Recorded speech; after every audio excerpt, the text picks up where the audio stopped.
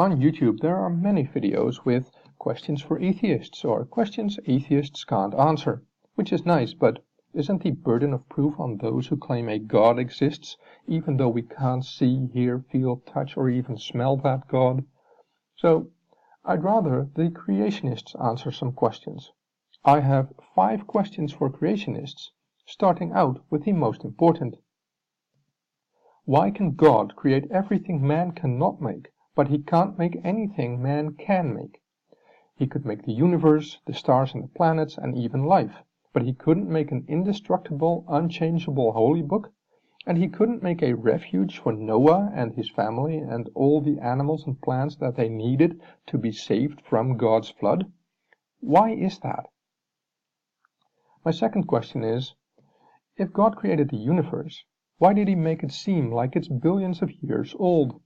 With the help of some powerful telescopes, we can determine the distances to stars, planets, and galaxies, and they appear to be a lot older than the holy books would lead to believe. Even Earth seems to be a lot older than the 6,000 to 10,000 years old. Why is that? The third question I have is, why did God make it seem that all the life forms are related to each other? If you look at the variations in animals now, or you look at the characteristics of animals over time, they would seem to be related to each other. Why would that be? Related to this question is my fourth question. Why do some animals have solutions for issues in other animals? If you look at the male human reproductive system, the testicles need to hang outside the body, where it is in danger of damage or loss. It hangs there so the sperm won't die, because it won't survive at body temperature. Elephants, however, carry their testicles inside their body, where they are protected and the sperm won't die. The elephants have solved that problem.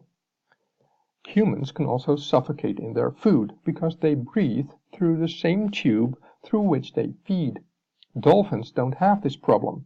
Their breathing tube is separated from their feeding tube. Dolphins have solved this problem. And finally, atheists like to ask, why doesn't God heal amputees? That question is a bit unfair. I would ask a different question. Little Bacon here had an accident in the kitchen and he lost both his hind legs. Those don't grow back. But an axolotl doesn't have a problem with that. When it loses a limb, it just grows a new one. So I would ask, why does God heal axolotls with amputated limbs, but why doesn't he heal other animals, including humans, with amputated limbs? Why do some animals have solutions for issues in other animals? Is that just a cruel joke? And the last question I have is, if God decided to punish humans for building the Tower of Babel and he spread humanity all over the planet, then why didn't the Aztecs and Maya tribes in South America and Central America believe in the Abrahamic God? If all are descendants of Noah and his family, why didn't the Inuit and Yupik Indians in Canada, Greenland and Alaska believe in the Abrahamic God? Why didn't the Aboriginals in Australia believe in the Abrahamic God? And why didn't the natives in the Pacific regions believe in the Abrahamic God? Why are there so many religions if they all came from Noah's family? If you want to answer these questions, please provide one answer that covers all 5 questions. It all needs to fit together in one explanation. Thanks. Oh, and just for fun, I have one bonus question. The Bible basically says that God created humans for his glory. So, what if we find life outside our own planet or even outside our own solar system? How would the story of creation and humans being God's favorite life form explain that? Please let me know in the comments, and thanks for watching.